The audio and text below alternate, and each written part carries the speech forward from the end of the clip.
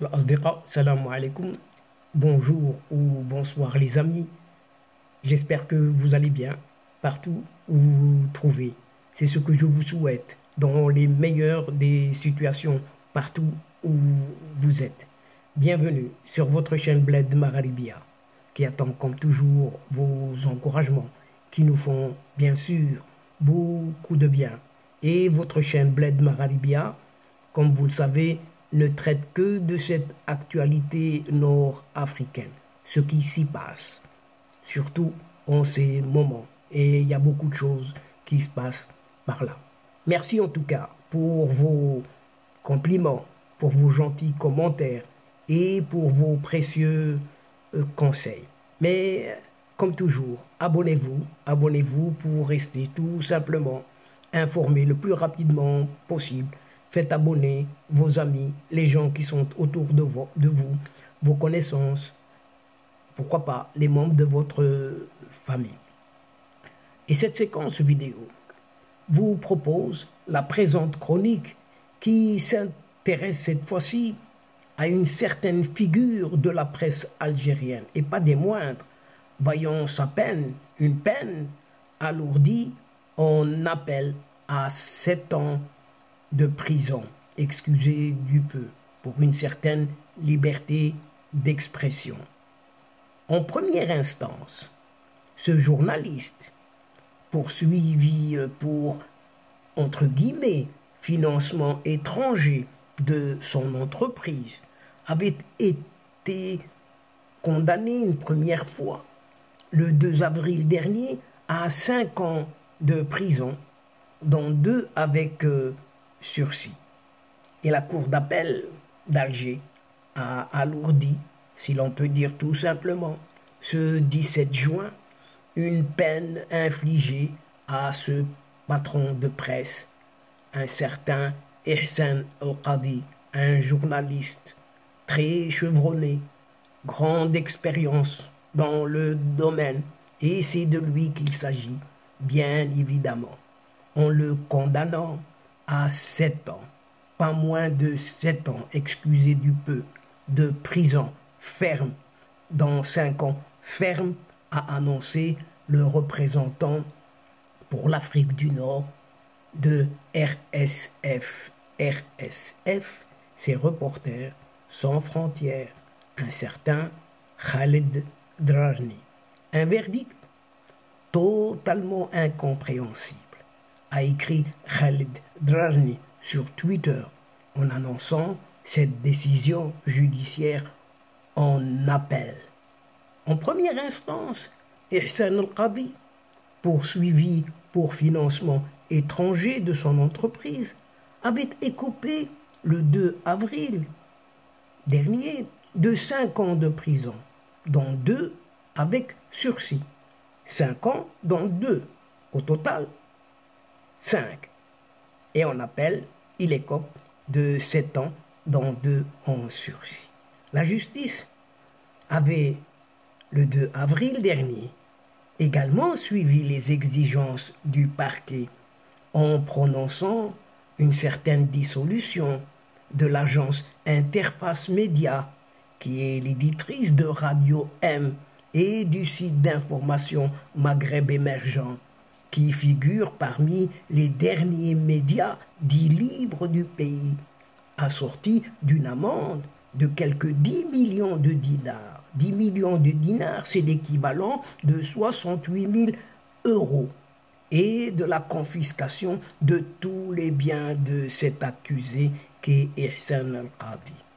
Selon ses avocats, ses propres avocats donc, l'arrestation nocturne durant la nuit d'Ihsan El-Qadi le 24 décembre 2022 par les agents de la Direction générale de la sécurité intérieure et les violations délibérées de la procédure annonçaient de fait une condamnation à l'avance.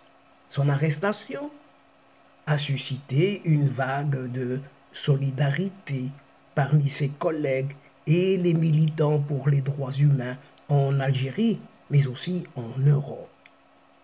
Lors du procès en appel tenu ce 4 juin dernier, le procureur général avait requis la confirmation de la condamnation en première instance de ce patron de la presse, Ihsan al-Qadi, et qui est accusé d'avoir reçu des sommes d'argent et des privilèges de la part de personnes et d'organisations dans le pays et à l'étranger afin de se livrer à des activités dites susceptibles de porter atteinte à la sûreté de l'État et sa stabilité. Rien que ça, avait alors précisé la Cour d'Alger.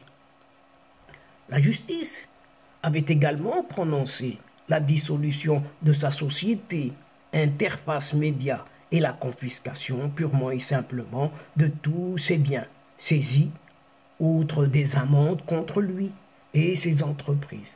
Mais Ihsan al-Qadi a refusé catégoriquement de faire profil bas face à la répression, poursuivant son combat coûte que coûte pour la liberté d'expression.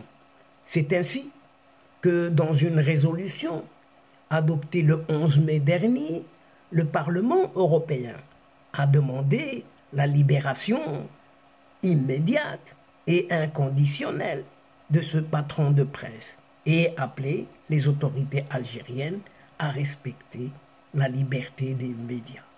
Le Parlement algérien avait réagi immédiatement à cette prise de position européenne, la qualifiant d'ingérence flagrante dans les affaires d'un pays souverain, dit souverain. Ce même Parlement algérien avait exprimé son rejet catégorique aussi du texte voté par les eurodéputés, rempli de terribles contre-vérités. C'est ce que dit ce Parlement algérien.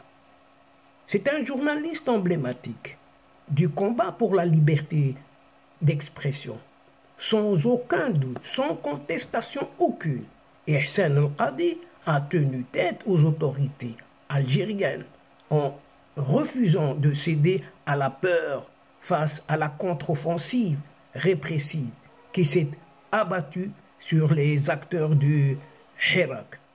Ihsan al-Qadi était poursuivi pour réception de fonds de l'étranger à des fins de propagande et pour avoir accompli tout simplement des actes susceptibles de porter atteinte à la sécurité et au fonctionnement normal des institutions algériennes. Et toujours selon ses avocats, le réel objet du courroux des autorités est complètement ailleurs. D'une part, dans un article dans lequel ce journaliste s'interrogeait sur une certaine attitude du haut commandement de cette armée face à un éventuel deuxième mandat d'un pseudo-chef d'État s'est effacé, athée, élu à la fin de l'année 2019. D'autre part, dans un autre tweet où le patron de presse, Ihsan al-Qadi, contestait le fait que 20 milliards de dollars, pas moins de 20 milliards de dollars, soit environ 18,5 milliards d'euros, avaient été récupérés auprès des oligarques du clan. Ce clan de cet ancien petit président, cet abbé sans clergé. Le sort du journaliste Ihsan al-Qadi est apparu scellé dès le 24 février 2023, lorsque cet athée, sans foi ni loi, l'a accusé au cours d'un entretien à la télévision nationale d'être un khbarji. Un khbarji, c'est une injure au sens de mouchard, ni plus ni moins, un terme infamant, signifiant indique ou tout simplement informateur de puissances étrangères pour être poli. Au cours de cette même émission, ce soi-disant président algérien athée a confirmé qu'il était à l'origine de la fermeture et de la mise sous scellé de cette radio M et de Maghreb émergent. Mais, chers amis, avec un certain recul, l'on peut se demander ou même se poser cette légitime question. À quoi bon d'être anti-voisin et pro-ennemi de ses mêmes voisins, sachant qu'en étant journaliste, Ihsan al-Qadi aurait dû comprendre bien longtemps auparavant qu'on ne doit jamais faire confiance à une certaine mafia algérienne, surtout lorsqu'elle est au pouvoir et sans état d'âme. Et donc, chers amis, mesdames et messieurs, nous sommes arrivés doucement mais sûrement à la fin de cette séquence. Et avant de vous fixer un autre rendez-vous à une prochaine fois, Inch'Allah, en vous retrouvant avec un immense plaisir.